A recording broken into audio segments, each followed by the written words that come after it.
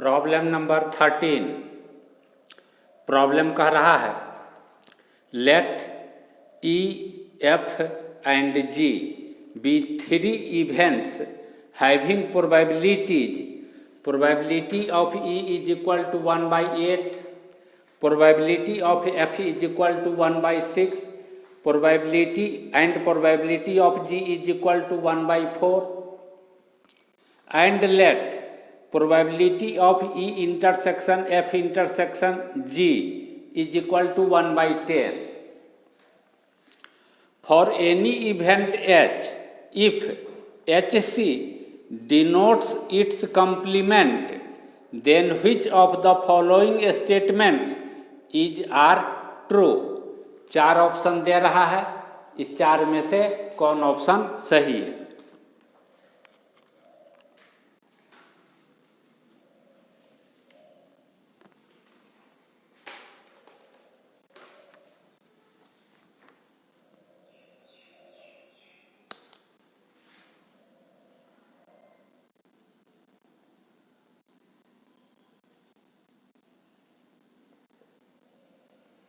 यह है मान लो A और यह है B। यह बीच वाला हो जाएगा A इंटरसेक्शन B।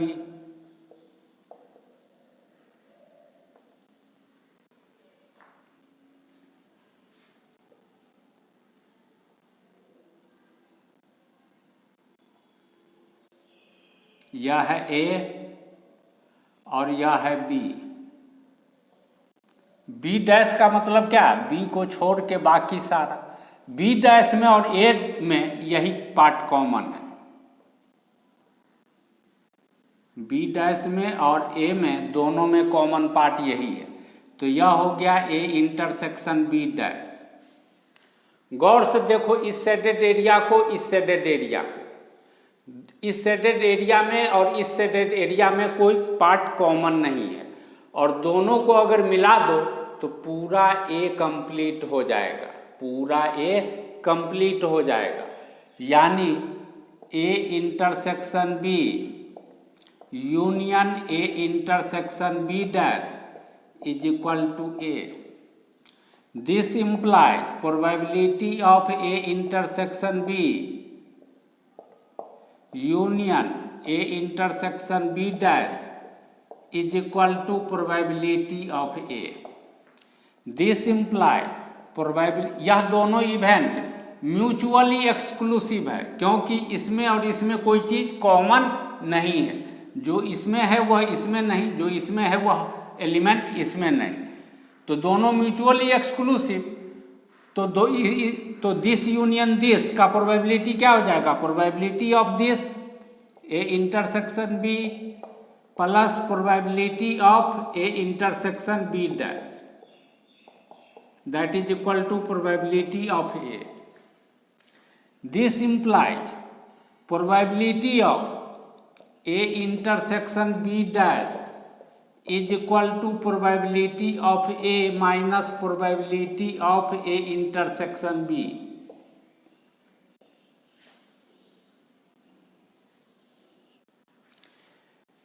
इस रिजल्ट का यूज हम A ऑप्शन और B ऑप्शन को चेक करने में करेंगे।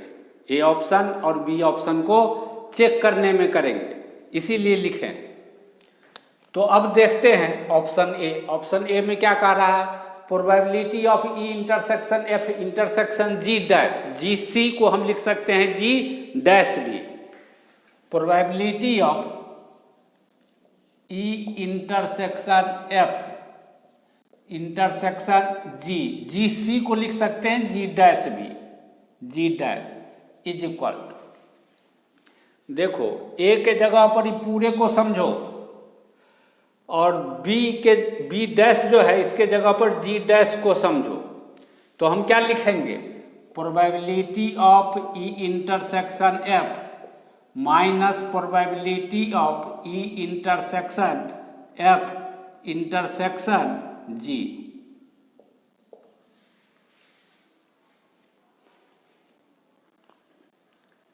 एक बात और देखो, यह है ए इंटरसेक्शन बी, देख रहे हो। ए इंटरसेक्शन बी का मतलब है जो दोनों में कॉमन है वह पूरे ए से या तो छोटा होगा या बराबर होगा, पूरे बी से या तो छोटा होगा या बराबर होगा, यह बात तय है। तो जैसे देख रहे हो ए इंटरसेक्शन बी ए से छोटा होगा, ए इंटरसेक्शन बी बी से छोटा होगा या बराबर भी हो सकता है। तो probability of A intersection B भी प्रोबेबिलिटी ऑफ बी से छोटा होगा या बराबर होगा। Probability of A intersection B probability of A से स्मॉलर होगा या उसके इक्वल टू होगा। तो probability of E intersection F हमेशा less than equal to probability of E होगा।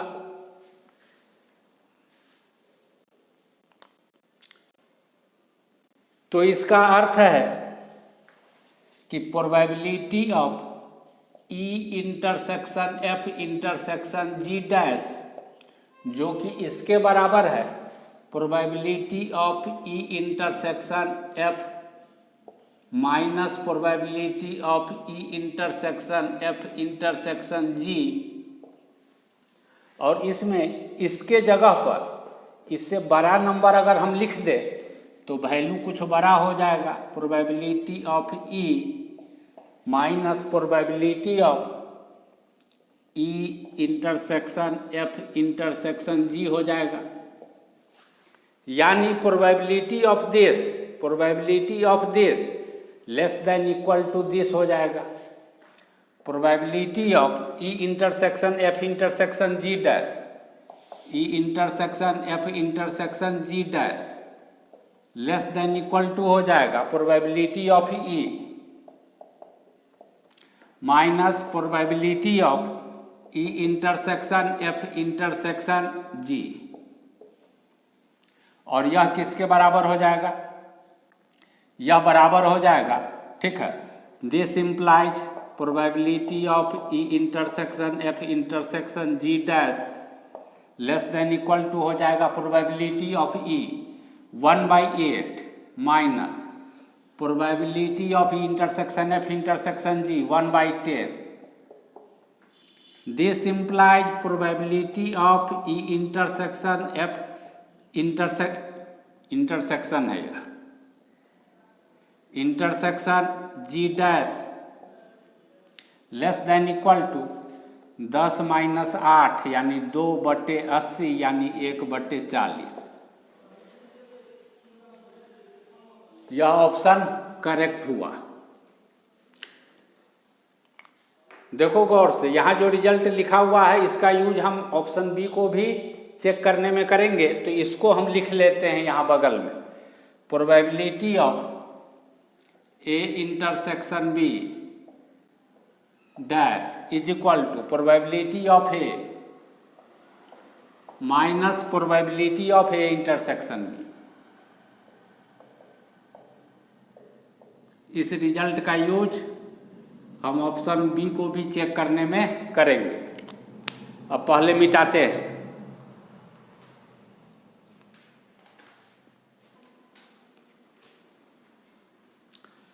अब ऑप्शन बी को चेक करते हैं। Probability of E dash intersection F intersection G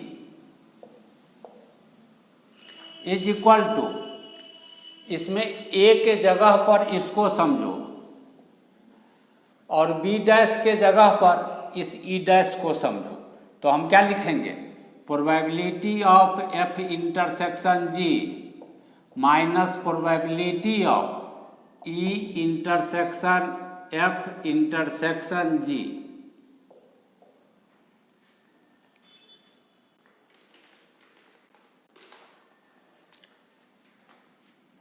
यह एफ इंटरसेक्शन जी छोटा होगा प्रोबेबिलिटी ऑफ एफ से, तो इसको हम लिख सकते हैं less than equal to probability of F minus probability of E intersection F intersection G. यानी probability of E dash intersection F intersection G less than equal to probability of E minus probability of E intersection F intersection G. This implies probability of E dash intersection F intersection G less than equal to probability of E 1 by 8 minus probability of E intersection F intersection G 1 by 10.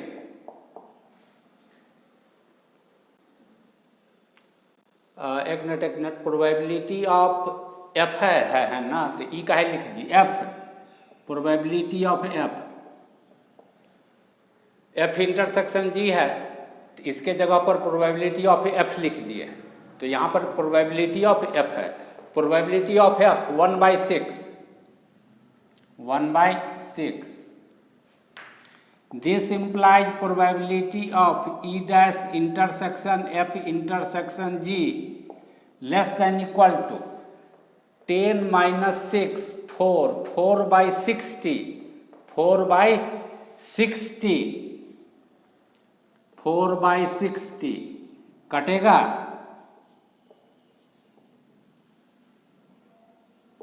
यानी probability of E dash intersection F intersection G is less than equal to 1/15, less than equal to 1/15. तो यह option भी सही है। अब फिर जरा मिटाते हैं।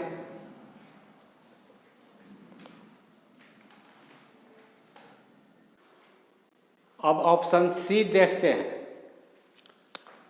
Probability of E union F union जी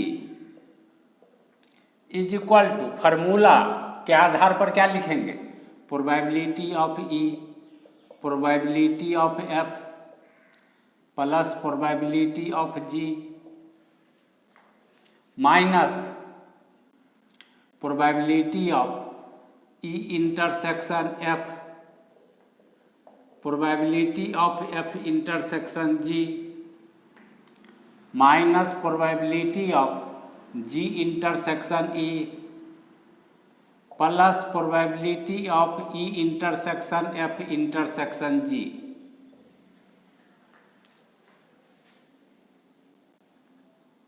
यानी probability of E union F union G को हम चाहें तो ऐसे लिख सकते हैं, probability of E plus probability of F plus probability of G minus probability of E intersection F plus probability of F intersection G plus probability of G intersection E minus probability of E intersection F intersection G, ऐसे लिख सकते हैं। अब गौर से देखो, probability of E intersection F यह बड़ा होगा या बराबर होगा ग्रेटर दैन और equal to probability of E intersection F intersection G।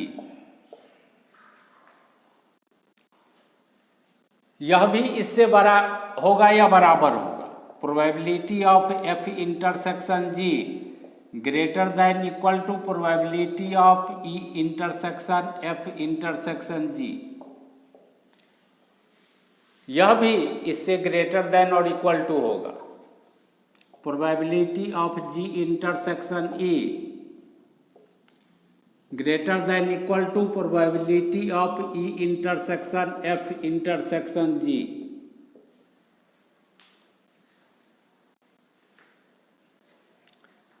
Therefore, probability of E intersection F plus probability of F intersection G plus probability of G intersection E greater than equal to probability of E intersection F intersection ji.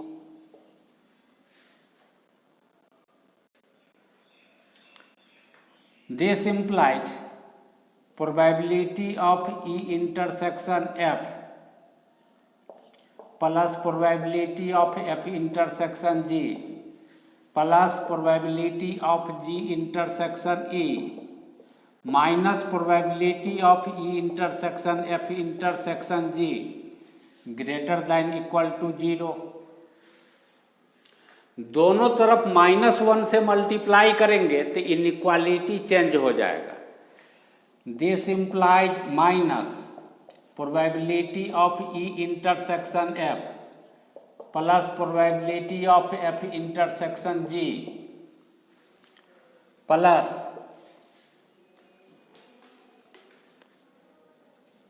Probability of G intersection E minus probability of E intersection F intersection G less than equal to 0। -1 into 0 0 और -1 से इसको multiply किए तो पूरे के पहले bracket लगा करके उसके पहले माइनस लगा दिए।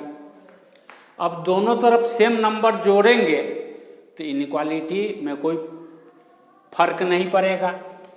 This implies probability of E plus probability of F plus probability of G minus इसके आगे यहाँ से minus probability of E intersection F plus probability of F intersection G plus probability of G intersection E minus probability of E intersection F intersection G less than equal to probability of E plus probability of F plus probability of G. दोनों तरफ इतना जोड़ दिए तो inequality में कोई फर्क नहीं पड़ा।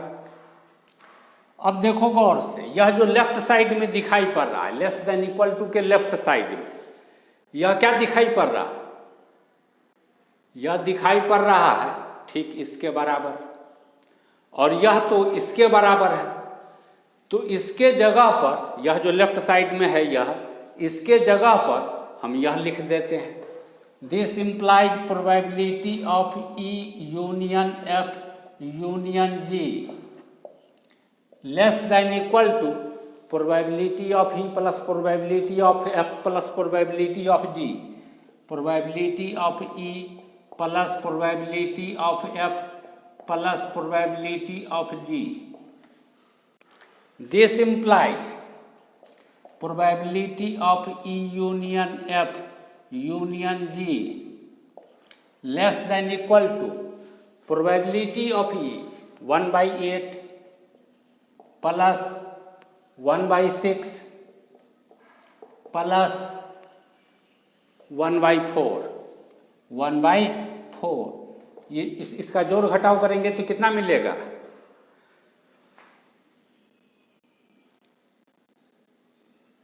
24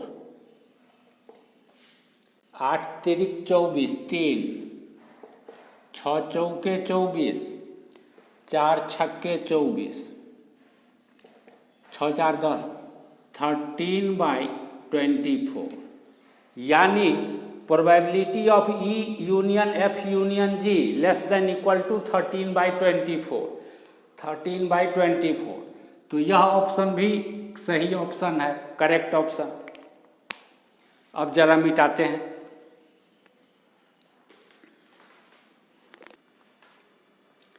अब हम ऑप्शन डी को चेक करेंगे।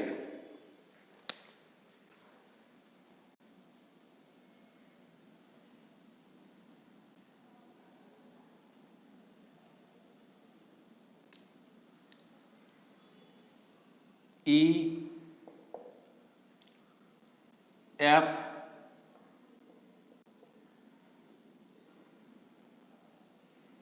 जी E dash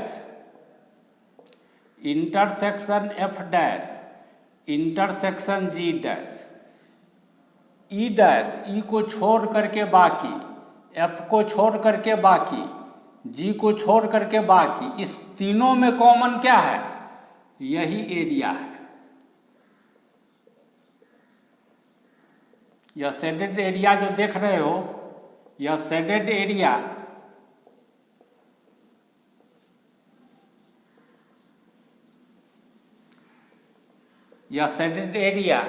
E dash intersection F dash intersection G dash को रिप्रेजेंट कर रहा है। और इसको देखो, E F G, E union F union G, तीनों को मिलाने पर यह जो शेडेड एरिया है, यह शेडेड एरिया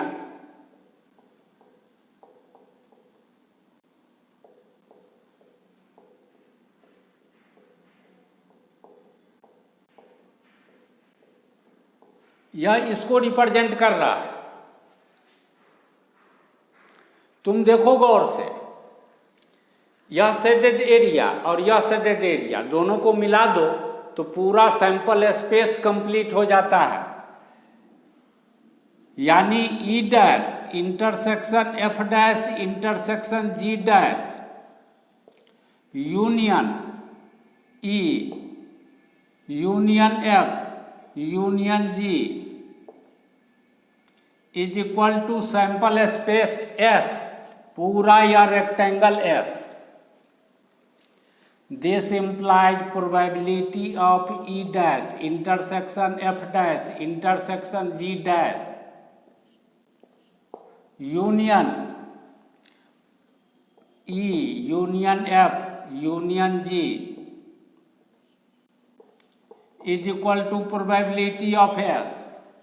यह दोनों इवेंट म्यूचुअली एक्सक्लूसिव है, क्योंकि कोई भी एलिमेंट दोनों में कॉमन नहीं है। जो इसमें है वह इसमें नहीं, जो इसमें है वह इसमें नहीं, दोनों इवेंट म्यूचुअली एक्सक्लूसिव।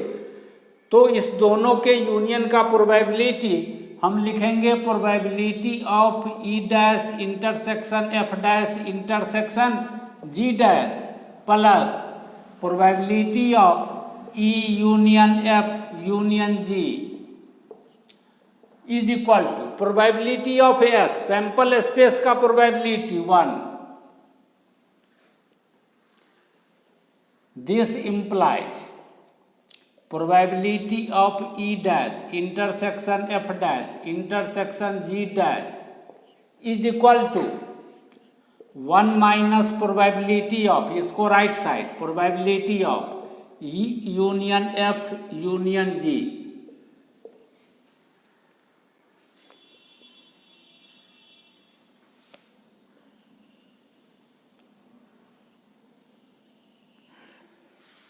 अब सी नंबर में हम प्रूव कर चुके हैं कि this less than equal to 13/24, probability of E union F union G less than equal to 13/24। दोनों तरफ -1 से मल्टीप्लाई करेंगे तो इनइक्वालिटी चेंज हो जाएगा।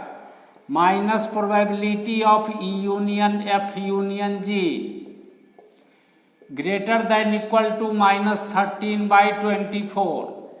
दोनों तरफ 1 प्लस करेंगे तो इनइक्वालिटी में कोई चेंज नहीं होगा। This implies 1 minus probability of E union F union G greater than equal to 1 minus 13/24।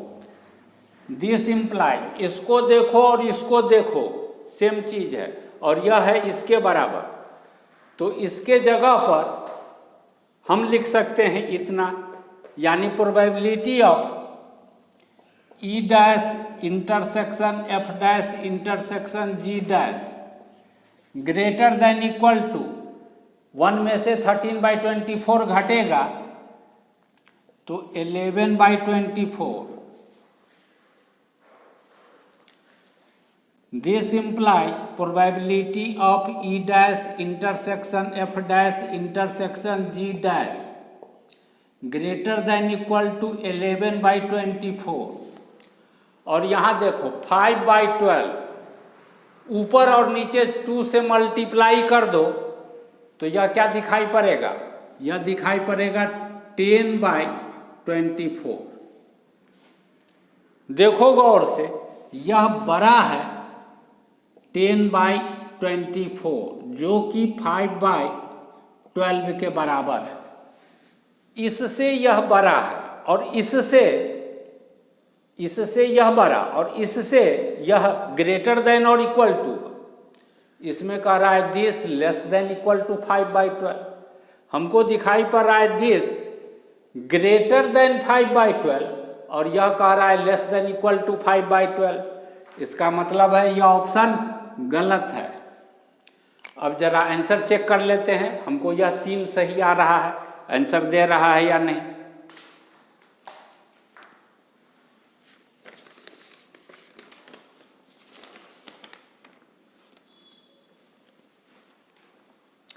Answer में लिख रहा है ABC, ठीक है ABC।